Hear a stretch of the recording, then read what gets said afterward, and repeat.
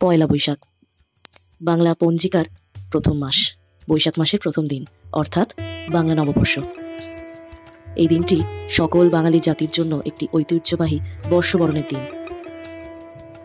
এটি বাঙালিদের সর্বজনীন লোক উৎসব হিসেবেও পরিচিত আছে। পয়লা বৈশাখের দিন সকাল থেকে শুরু হয়ে যায় পুজোর আয়োজন করা। পয়লা বৈশাখে খাতা পুজো করা হয়।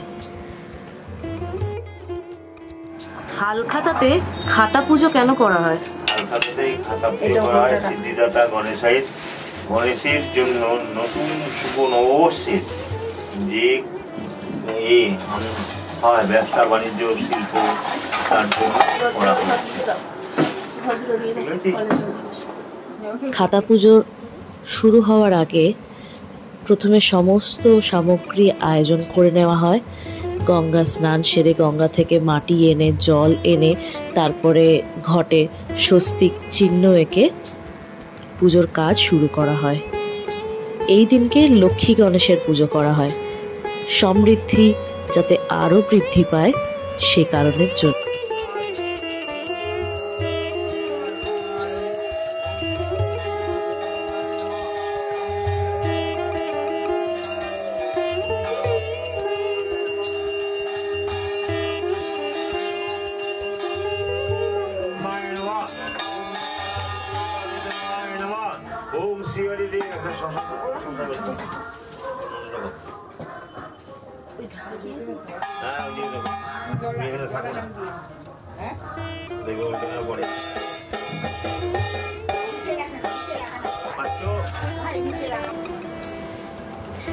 তারপর অঞ্জলি যে দিতে চান বা যারা দেয় তারা অঞ্জলি দেয়।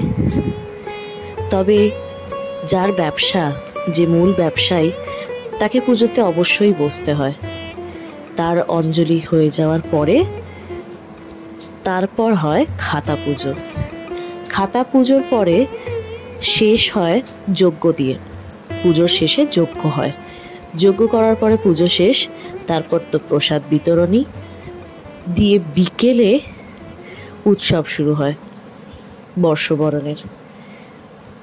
সেখানে শুরু হয় নতুন জামা কাপড় পরে প্রত্যেকে বিকেলে বেরোয়, কেউ কেনাকাটা করতে, কেউ আত্মীয় পরিজনদের বাড়ি যায়, কিন্তু সবাই কোথাও না কোথাও গিয়ে হাল খাতা করে আসে।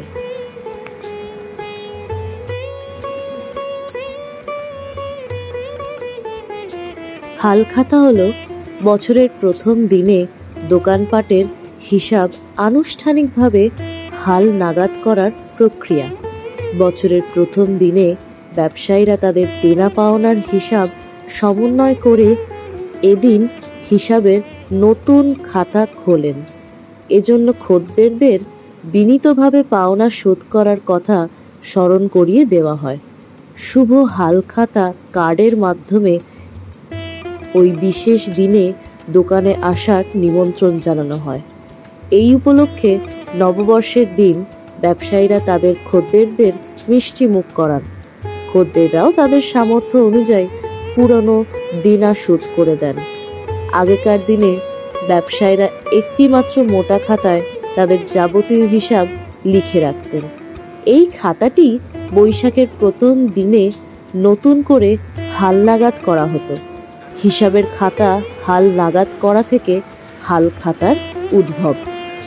বাংলাদেশ ও ভারতের পশ্চিমবঙ্গের বিভিন্ন জেলায় ছোট বড় মাঝারি যে কোনো দোকানেই এটি পালন করা হয়ে থাকে।